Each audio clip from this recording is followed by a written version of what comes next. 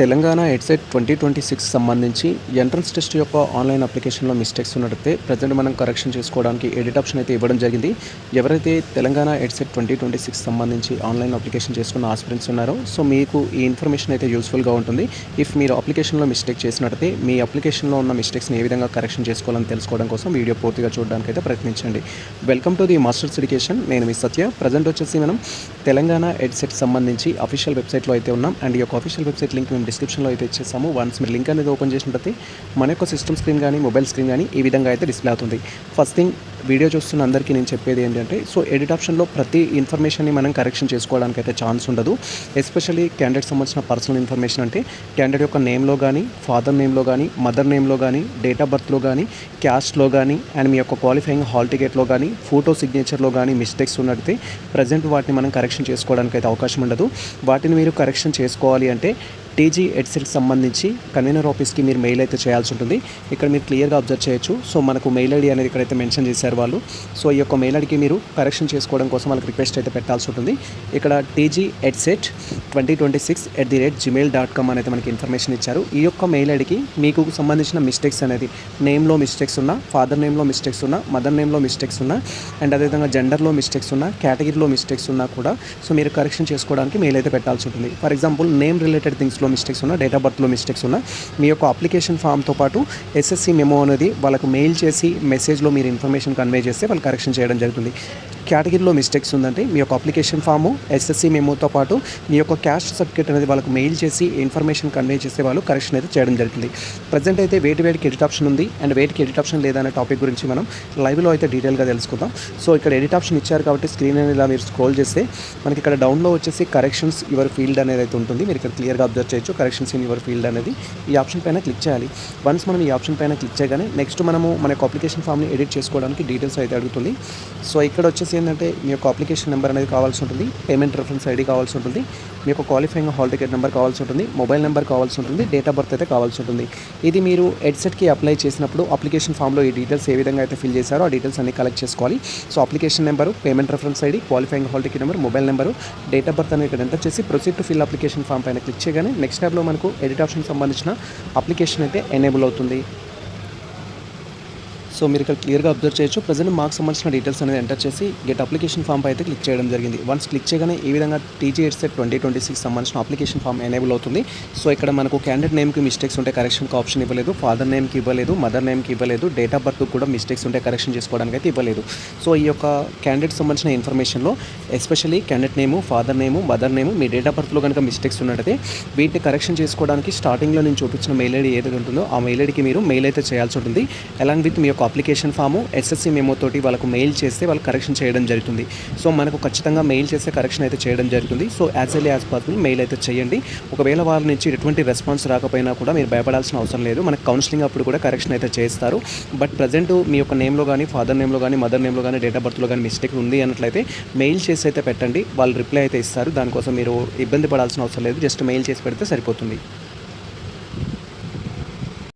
And ఆ తర్వాత మీరు ఆన్లైన్ అప్లికేషన్ చేసుకున్నప్పుడు జెండర్లో కనుక మిస్టేక్స్ వచ్చుంటే జెండర్ని కరెక్షన్ చేసుకోవడానికి ఇప్పుడు ప్రజెంట్ అయితే ఎడిట్ ఆప్షన్ ఇచ్చారు.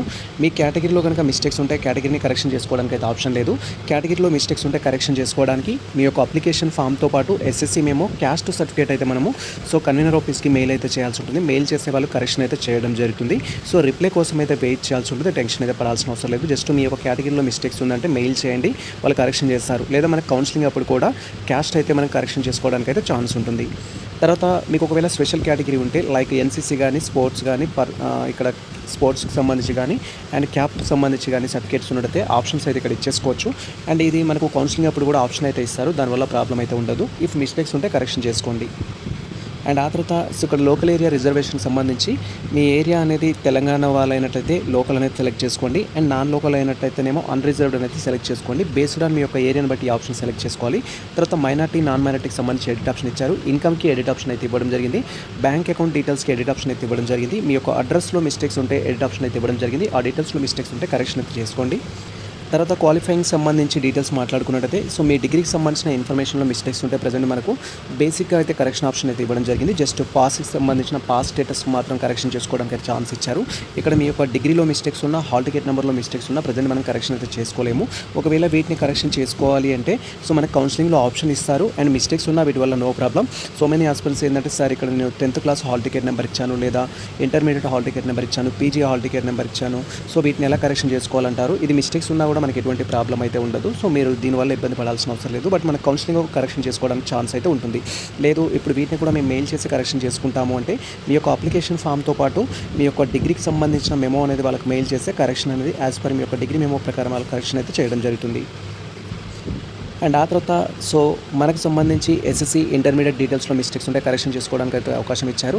అండ్ ఆ తర్వాత మీకు సంబంధించి 1st క్లాస్ నుంచి 6th క్లాస్ నుంచి పీజీ వరకు కానీ డిగ్రీ వరకు కానీ మీరు ఎక్కడెక్కడ చదివారు అనే ఇన్ఫర్మేషన్లో మిస్టేక్స్ ఉంటే కరెక్షన్ చేసుకోవడానికి అయితే అవకాశం ఇచ్చారు. కరెక్షన్ చేసుకోవచ్చు. అండ్ ఎగ్జామినేషన్ సెంటర్లో మిస్టేక్స్ ఉంటే ప్రజెంట్ మనం కరెక్షన్ అయితే చేసుకోలేము. ఎగ్జామినేషన్ సెంటర్లో మిస్టేక్స్ ఉంటే కరెక్షన్ చేసుకోవడానికి మీరు హెల్ప్ లైన్కి మెయిల్ చేసినా కూడా ఆప్షన్ అయితే ఉండదు. దీనికి ఎటువంటి రెస్పాన్స్ అయితే ఉండదు. సో మీరు ఏదైతే ఆప్షన్ ఇచ్చారో అది ఫస్ట్ ప్రియారిటీ కింద ఎగ్జామ్ అయితే రాయాల్సి ఉంటుంది. వేరే ఆప్షన్ అయితే ఉండదు. అండ్ ఫోటో సిగ్నేచర్ విషయంలో కూడా మిస్టేక్ చేస్తుంటే వాటి కరెక్షన్ అయితే ఉండదు. బట్ మీకు ఒకవేళ ఫోటో చేంజ్ చేసుకోవాలి, సిగ్నేచర్ చేంజ్ చేసుకోవాలి అంటే జస్ట్ మీరు మెయిల్ చేసి అయితే కరెక్షన్ చేయించుకోవచ్చు. బట్ కరెక్షన్ చేసినా కూడా ఎగ్జామినేషన్ సెంటర్స్కి ఫోటో సిగ్నేచర్కి అయితే వాళ్ళు ఎడిట్ ఆప్షన్ అయితే ఇవ్వరు. సో రిమైనింగ్ థింగ్స్ అయితే కరెక్షన్ చేసుకోవడానికి ఆప్షన్ ఉంటుంది. క్యాండిడేట్ నేమ్ కానీ, father name, mother name, date of birth, so మీకు సంబంధించిన qualifying hall ticket number like ఆ డీటెయిల్స్ కేటగిరీని అయితే కరెక్షన్ చేసుకోవచ్చు మెయిల్ ద్వారా. బట్ ఎగ్జామినేషన్ సెంటర్ని ఫోటో సిగ్నేచర్ని అయితే మనం కరెక్షన్ చేసుకోలేము. సో ఈ విధంగా ప్రజెంట్ వేటికైతే ఎడిట్ ఆప్షన్ ఇవ్వడం జరిగిందో వాటిని ఎడిట్ చేసుకోవడం కంప్లీట్ అయిన తర్వాత ఇక్కడ డిక్లరేషన్ అయితే ఉంటుంది. దీంట్లో మీరు టిక్ మార్క్ చేసుకోవాలి. టిక్ మార్క్ చేసుకొని ప్రివ్యూ అండ్ సబ్మిట్ పైన క్లిక్ చేయాలి. వన్స్ మనం ప్రివ్యూ అండ్ సబ్మిట్ పైన క్లిక్ చేయగానే నెక్స్ట్ ట్యాబ్లో టోటల్ అప్లికేషన్ యొక్క ప్రివ్యూ అయితే మనకు డిస్ప్లే అవుతుంది.